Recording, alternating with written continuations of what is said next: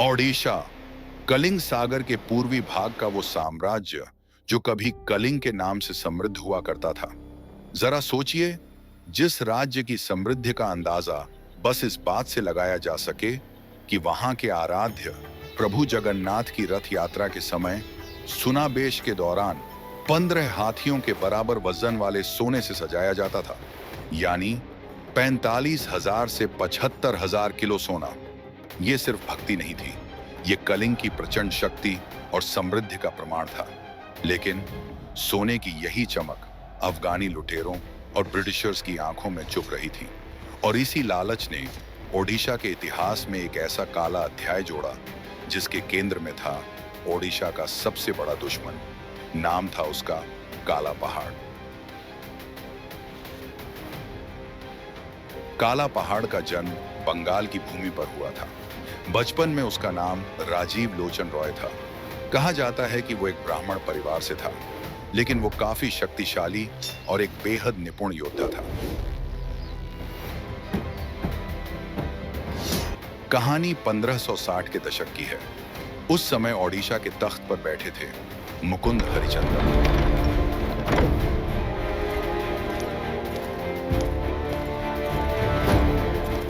उन्होंने ओडिशा में चालुक्य वंश की स्थापना करके खुद को गजपति घोषित किया। उन्हें ओडिशा का आखिरी स्वाधीन हिंदू राजा भी कहा जाता है। R.D. बनर्जी के अनुसार 1567 ईस्वी तक उत्तर में उनका प्रभाव बंगाल के मगरा त्रिवेणी से लेकर गोदावरी नदी तक था। वो एक निपुण शासक थे। भले ही उन्होंने तख्त छीनकर हासिल किया था, लेकिन उन्होंने गजपति साम्राज्य की शान बनाए रखी थी।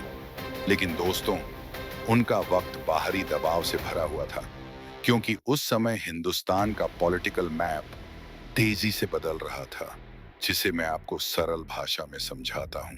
1540 में शेर शाह सूरी ने दिल्ली पर हमला किया और हुमायूं को हराकर मुगलों को भारत से खदेड़ दिया।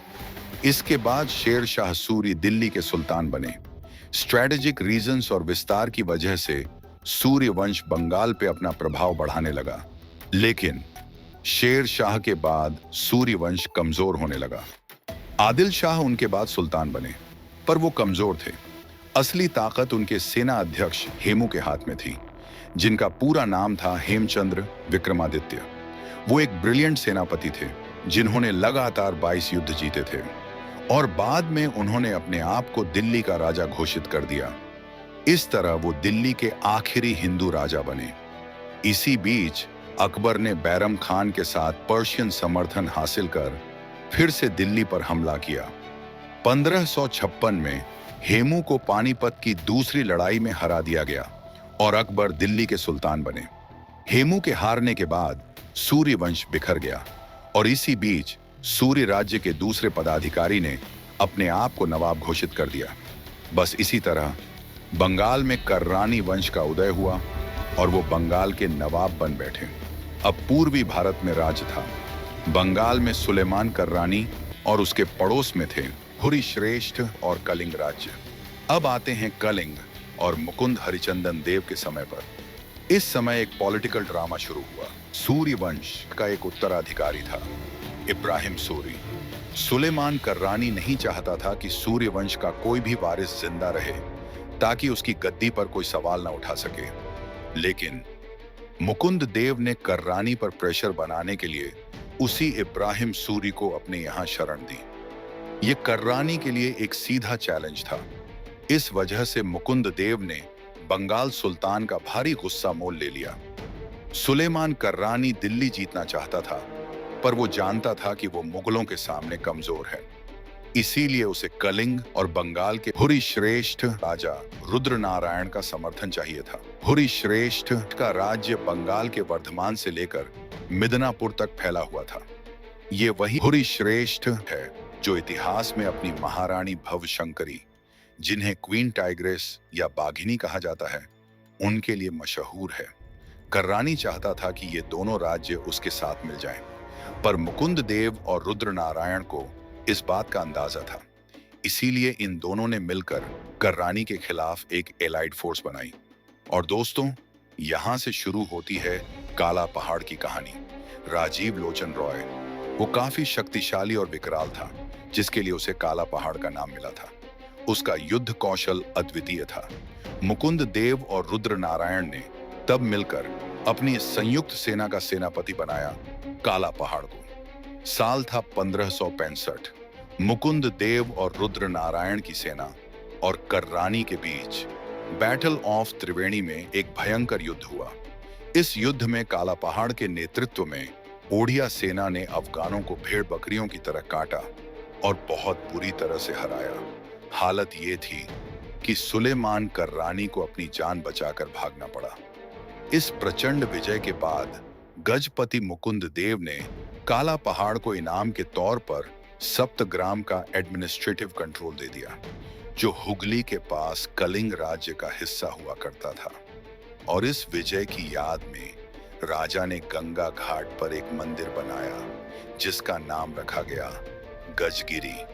इस युद्ध के बाद कर्रानी और मुकुंद देव के बीच एक शांति समझौता हुआ। लेकिन ये वही समय था जब अकबर के दरबार में अली कुली खान, जिसे अकबर पसंद नहीं था, उसने बगावत कर दी। उसने सोचा कि वो कर्रानी के साथ मिलकर मुगलों पर आक्रमण करेगा। इस खतरे को देखते हुए अकबर ने मुकुंद देव से मिलकर अलायंस बनाया। ये अकबर की एक डिप्लोमेटिक चाल थी।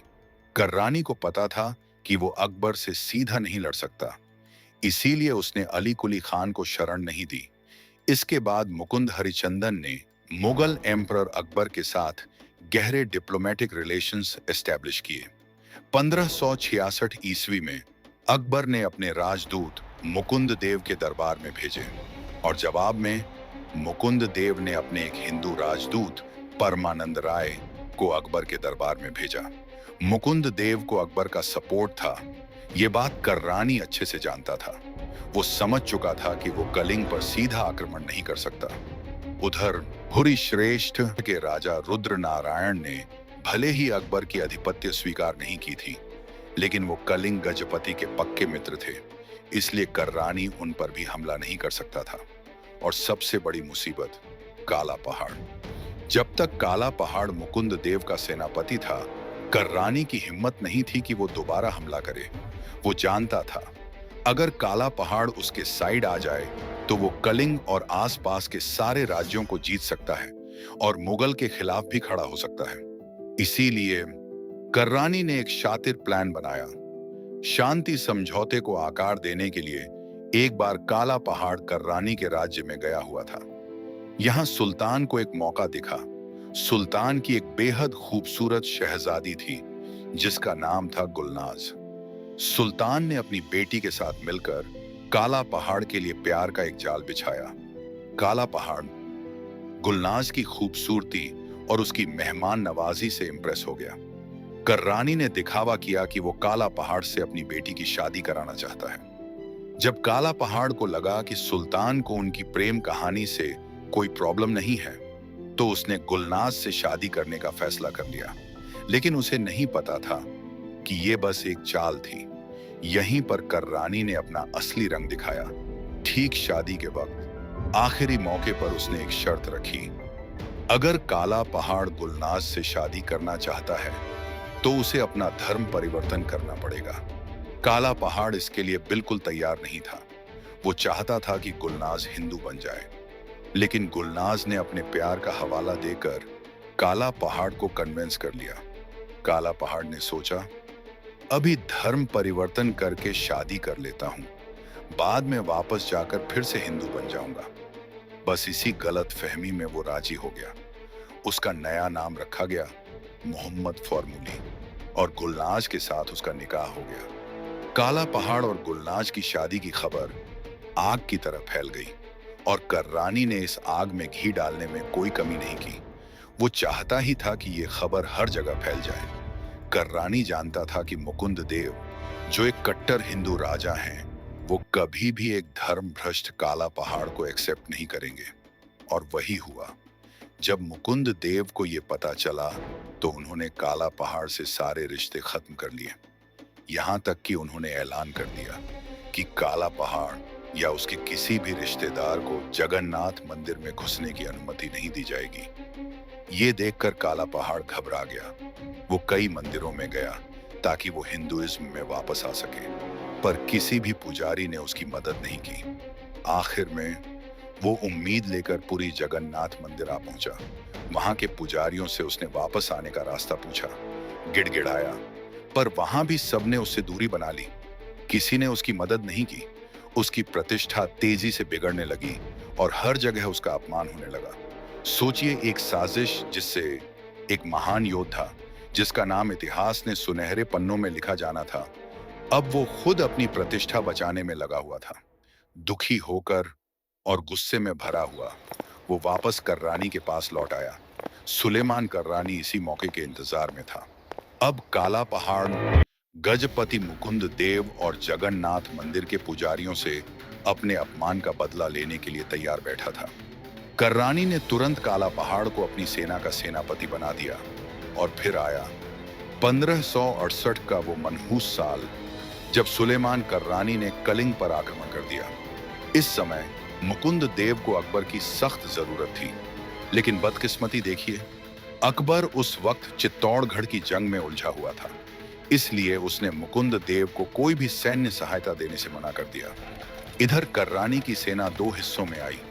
एक फौज को उसका बेटा बायजीत खान और काला पहाड़ लीड कर रहे थे और दूसरी फौज को खुद सुलेमान कर्रानी। मुकुंद देव ने गंगा नदी के किनारे अफगानों का सामना किया। प्रचंड युद्ध हुआ। वीरता से लड़ने के बावजूद मुकुंद देव की हार हुई और उन्हें कोट सीमा के किले में शरण लेनी पड़ी। कटक में ओडिया सेना ने डट कर लड़ाई की, लेकिन वो भी अफगान सेना के आगे टिक नहीं पाए और आखिर में कटक का बाराबती किला भी अफगानों ने हथिया लिया। इस गंभीर परिस्थिति में रामचंद्र भंज, जो सारंगगढ़ का सामंत था, उसने विद्रोह कर दिया और खुद को ओडिशा का राजा घोषित कर दिया। इस कठिन सिचुएशन का सामना करने के लिए मुकुंद देव ने मजबूरी में बंगाल के सुल्तान सुलेमान कर्रानी के साथ संधि की और रामचंद्र भंज के खिलाफ लड़ने निकल गए। दोनों के बीच ये अंतिम युद्ध गोहिरिटिकिरा में हुआ, जो जाजपुर के पास है। इस युद्ध में अपने ही लोगों की गद्दारी के कारण मुकुंद देव रामचंद्र भंज के हाथों मारे गए। लेकिन इतिहास का एक और विडंबनापूर्ण मोड़ देखिए कि उसी दिन रामचंद्र भंज खुद भी बायजीत कर्रानी के हाथों मारा गया। खोरधा मैन्युस्क्रिप्ट के हिसाब से एक और कहानी आती है। कहा जाता है कि सिक्खी और मनाई नाम के दो एजेंटों ने मुकुंद देव को धोखा दिया। उन्होंने काला पहाड़ को जंगल का एक खुफिया रास्ता दिखाया, जिसके बाद काला पहाड़ ने पीछे से हमला करके मुकुंद देव को मार दिया। इन सब के बाद ओडिशा में कोई पावरफुल योद्धा नहीं बचा। ओडिशा अफगानों के हाथ में चला गया और फिर शुरू हुआ काला पहाड़ का आतंक। क्योंकि अब उसे रोकने वाला कोई नहीं था, उसने जबरन हिंदुओं का कन्वर्जन शुरू कर दिया। बिहार, बंगाल और ओडिशा के कई मंदिरों को उसने तोड़ दिया। बालासोर, जाजपुर, संबलपुर, एकाम्र क्षेत्र, जिसे आज भुवनेश्वर कहा जाता है, और कोणार्क, सबको उसने तबाह करने की कोशिश की। उसकी दहशत के बारे में आज भी एक कविता कही जाती है। आयला काला पहाड़, भांगिला लोहारा बड़ा, पीला महांदी पानी, सुवर्णा थाली रे, हीरा परसिली मुकुंद देवन का रानी। यानी आया काला पहाड़, तोड़ दिया लोहे का द्वार, उसने पिया महांदी का पानी और सोने की थाली में हीरा परोसा मुकुंद देव की रानी। उसने कोणार्क को भारी नुकसान पहुंचाया। लेकिन जब वो माता रामचंडी के मंदिर पहुंचा, तब एक आश्चर्यजनक घटना घटी। कहा जाता है मां रामचंडी खुद एक दासी के कपड़े पहनकर मटका पकड़कर मंदिर के बाहर आईं। उन्होंने काला पहाड़ और उसकी सेना को ठंडा पानी पीने के लिए वेट करने बोला और पास के कुशभद्रा नदी की तरफ निकल गईं। बहुत समय बीतने के बाद जब काला पहाड़ को शक हुआ, तो वो मंदिर के अंदर दौड़ कर गया। वहां देखा कि आसन पर माता की मूर्ति थी ही नहीं। उसे लगा वो दासी मूर्ति ले गई। वो गुस्से में नदी की तरफ भागा तो देखा वही दासी के रूप में माता रामचंडी नदी के बीचों बीच तैरते हुए दिखी और फिर अंतर ध्यान हो गई। नदी का पानी इतना गहरा था कि वो उनका पीछा न कर सका। इसके बाद काला पहाड़ का कदम पड़ा पुरी में। लेकिन पुरी के पुजारियों को कटक हारने की खबर मिल चुकी थी। इसीलिए उन्होंने भगवान की मूर्तियों को निकालकर चिल्लिका लेक में छुपा दिया। जगन्नाथ मंदिर को नष्ट करने के लिए काला पहाड़ 300 हाथियों पर सवार होकर पुरी नगर में घुसा। एक मुस्लिम लेखक के विवरण के अनुसार एक मंदिर में 30 मन शुद्ध सोने से बनी एक मूर्ति थी, जिसकी आंखें हीरे की थीं। उस मूर्ति के चारों ओर 7 मन सोने की अन्य मूर्तियां थीं। नगर की स्त्रियां इस विश्वास में मंदिरों के भीतर छिप गईं कि ऐसा कौन है जो हमारे ठाकुर के सेवकों को हानि पहुंचा सके। किंतु वे तब अत्यंत आश्चर्यचकित रह गईं जब आक्रमणकारियों ने मंदिरों में प्रवेश कर उन्हें बंदी बना लिया। सुलेमान के साथ आए लोगों के मुताबिक लूट में शामिल हर सिपाही लगभग 1 मन वजन की स्वर्ण मूर्ति लेकर लौटा। लेकिन दोस्तों, सबसे आश्चर्यजनक और भयावह तथ्य ये है कि इस लूट में भाग लेने वाला हर एक व्यक्ति अत्यधिक कष्ट का शिकार हुआ और अंततः उनकी दर्दनाक मृत्यु हो गई। पुरी श्री जगन्नाथ मंदिर पहुंचकर काला पहाड़ भगवान जगन्नाथ की मूर्तियों को इधर उधर ढूंढने लगा, पर उसे वो कहीं नहीं मिली। इसलिए गुस्से में वो श्री मंदिर को तोड़ने लगा। उसने पूरी मंदिर को काफी हानि पहुंचाई। फिर न जाने कहीं से काला पहाड़ को मूर्तियों की जगह का पता चल गया और वो चिल्लिका की ओर निकल पड़ा उन्हें हासिल करने के लिए। वो उन मूर्तियों को वहां से उठा के गंगा नदी के किनारे ले आया। गुस्सा और प्रतिशोध की आग में उसने भगवान जगन्नाथ, बलभद्र और देवी सुभद्रा की मूर्तियों को आग लगा दी। पर ठीक उसी समय एक मिरेकल हुआ। खुद काला पहाड़ के शरीर में टूटने जैसा दर्द होने लगा, जैसे उसका शरीर टुकड़ों में टूट रहा हो। दर्द से कराहते हुए उसने आधी जली मूर्तियों को गंगा में फेंकने का आदेश दिया और मां गंगा ब्रह्मपिंड को अपने साथ नीचे की तरफ बहा कर ले गई। लेकिन उसी वक्त वहां भगवान का एक परम वैष्णव भक्त मौजूद था, जिसका नाम था बिसर मोहंती। बिसर मोहंती बहुत पहले से ही काला पहाड़ को फॉलो कर रहे थे। जब काला पहाड़ ने मूर्तियों को गंगा में फेंक दिया, तब बिसर मोहंती ने हर जगह उन विग्रहों को ढूंढा। वो हर एक गांव, जंगल और गली में उन मूर्तियों को ढूंढने लगे। आखिरकार उन्हें तीनों भगवान के विग्रह मिले। जब उन्होंने उन जली हुई मूर्तियों को देखा तो उनकी आंखों से धार धार आंसू बहने लगे। उन्होंने अपनी आंखों और हाथ में पट्टी बांधी और विग्रह से भगवान का पिंड, जिसे ब्रह्म पिंड कहा जाता है, वो निकाला और चुपके से अपने मृदंग के अंदर रख दिया। इसके बाद नियम अनुसार उसी मृदंग में उनकी पूजा करने लगे। उनके पास जो भी होता उससे वो भोग लगाते और आसपास का वातावरण महाप्रसाद की सुगंध से महक जाता। ऐसी थी भगवान की लीला। बाद में बिसर मोहंती ने कुजंगगढ़ के मंदिर में उनकी स्थापना की, जहां 1568 से 1575 तक पूरे 7 साल तक भगवान की गुप्त रूप से पूजा की गई। अब आते हैं ओडिशा के पुनः निर्माण पर।